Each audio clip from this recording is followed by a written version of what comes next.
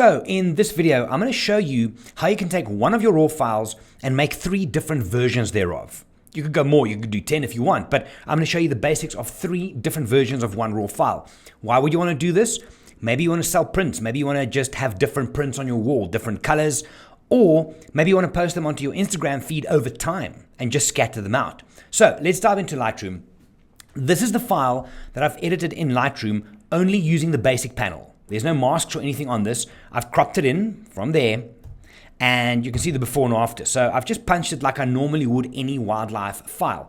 Now I'm going to use this as my base image. So this is going to be one of the 3 versions. I threw this image over into Photoshop, so let's go. There we go. So this is my home base image. If you look at the layers here on the right, that's home base. Right, now I'm going to create 3 different versions of this and we can compare them at the end. So first thing I'm going to do is I'm going to create a black and white version of this. Now, as you know, I really am a fan of Nik filters and the Silver Effects plugin. I'm going to throw this image into there. The nice thing here is that when you activate that filter, any of the Nik filters, it automatically duplicates and adjusts the layer and it adds all of the adjustments onto that new layer, which is pretty sick. Okay, so I'm going to start on the left-hand side here. I'm going to click and I'm going to just look for a starting point that I like. Okay, let me check here. Keep going. All right, structure there. Okay, that's not bad. Let me keep going and just see here. I do this always. I would always just scroll through and see what a nice starting point would be. No, definitely not that. No, grad filters, no.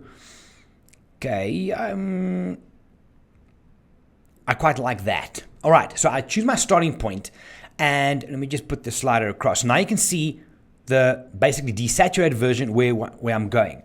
So on the far side here now, I'm now going to start at the top. Your brightness all the way through, I'm happy for that. Remember, this is not a Nik filters tutorial. I can do those for you later on. This is for me to kind of see where I am going to go with my 3 different images. Structures, nothing. Maybe I'll push the structure. This is like clarity in Lightroom, just in the highlighted areas. There we go. Get some sharpness in there. Protection, all of that's fine. What I always do though in Nik filters, go to the color filter and run through these. Now this is like in the old days where you would put a filter, a colored filter in the front of your lens and it lets certain light in and blocks others. Okay, maybe the red one just has a bit of a difference. There we go, nice and punched. Okay, the last thing that I'm going to do here is toning. I'm going to tone this and just give it a very soft selenium tone like that. So from there to there. Okay, remember, not finished yet. This is just part of the process. I now hit apply. So what happens in Photoshop, it is now taking all of those adjustments, if you look on the right here, and it's busy applying all of the changes into a brand new layer on top. Okay, so that's what I'm seeing on the side here. That's what I'm working with. So what I'm going to do now is I'm going to take this image and I'm going to go into filter and camera raw filter. Now what this does, it opens up the camera raw filter, which for those of you that prefer Lightroom, this here is exactly like Lightroom, and that's pretty cool. Watch. There's all of our sliders. So now I can tweak this guy a little bit. See, so I can tweak exactly like I would in Lightroom, make this quite dramatic. We like that. Maybe lift the shadows there a little bit. Just test this. All right, let's do that. And okay. So now what's happened is those adjustments have been applied to this layer. It didn't create a new layer. It's been applied on top of the layer. What I want to try now is let's get really cool with this. I'm going to run the Nik Collection color effects as well. Now there's 2 filters here that I really like.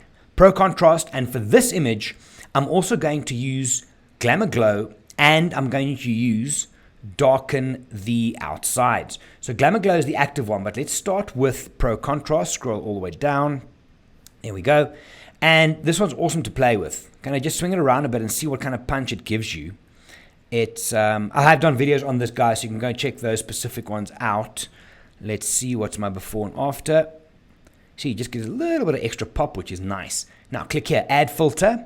I'm going to go to Glamour Glow, and I normally bring this back just to 0 from a color point of view. I've got a little bit of color injected, but not too much. Now, what this does, if I jack it all the way up, Vaseline on the lens, but let's leave it there somewhere. So it gives it a bit of a dreamy feel, but I still maintain sharpness, which is great. And the last one I'm going to add is Darken/Lighten Center. What that is, I select the shape.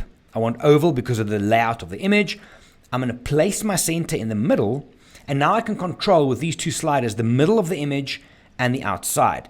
Now, I don't want to have them too far apart, otherwise it becomes a bit too dramatic, but that actually looks pretty cool. So let's see, that's before and that's after. Okay, so let's hit OK. And now, because this was a Nik filter, it's going to apply that, if you look on the right, to a brand new layer. Now remember, for those of you that don't know, a layer is basically 3 images, or 4 or 20, that are on top of each other, that I put on the table. If I look down, I only see the top one, unless I paint through it. Not for this though.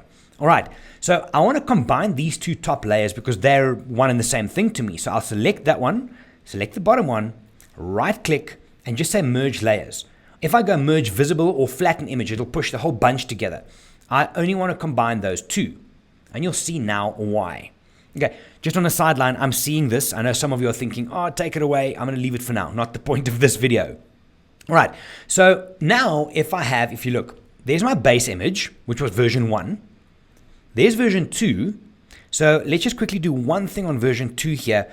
These eyes are just a little bit dark, so I might want to do some dodging and burning here to kind of lighten it up. So what I've done, I've selected my dodge tool, and I'm going to say the shadows exposure up by 34. All right, dodging brings back, burning pushes in, so darker.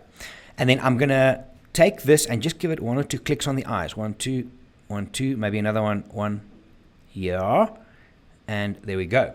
See, now I didn't do it to the point where it looks like this leopard is glowing from the inside. It still looked natural. Okay, so what are we going to do? Let's do this first. So I'm going to hide that. It's still there. I'm just hiding it. It's like taking the top one away. And I'm going to say File, Export As. And I'm going to export all 3 of these as different versions. Thinking. And. There we go.